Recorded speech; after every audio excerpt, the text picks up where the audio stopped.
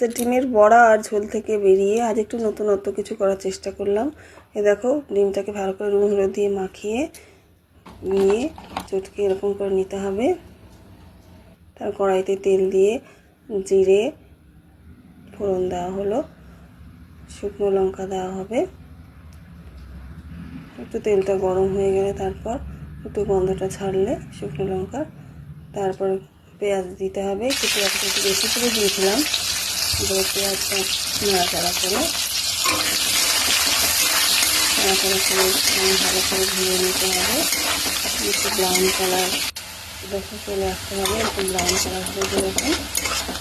তারপর আমি একে একে এই পেঁয়াজের মধ্যে মশলাগুলো দিতে থাকবো। রসুন দেবো, আদা দেবো, লঙ্কা দেবো, জিরে গুঁড়ো দেবো, ধনে গুঁড়ো দেবো। শেষে একটা ভাজা মশলা আমার আছে, সেই ভাজা মশলাটা দিয়েছি এবং টমেটো দিতে হবে। তারপরে ভাজা ভাজা হয়ে গেলে একটু লবণ দেবো। তারপরে মাছের ডিমটাকে ছেড়ে দেবো। মাছের ডিমটাকে দিয়ে এরকম নাড়াচাড়া করতে করতে এরকম ঝুড়ি ঝুড়ি হবে। তারপরে ধনে পাতা দেবো নামানোর আগে, দিয়ে আবার একটু নাড়াচাড়া করবো। তারপরে শেষে একটু গরম মশলা দেবো। গরম মশলা দেওয়ার পরে দেখো এক পিস শেষ হয়েছে এবং দেখো থালায় নামানো হচ্ছে গরম গরম ভাতে এবং ধোয়া উঠছে।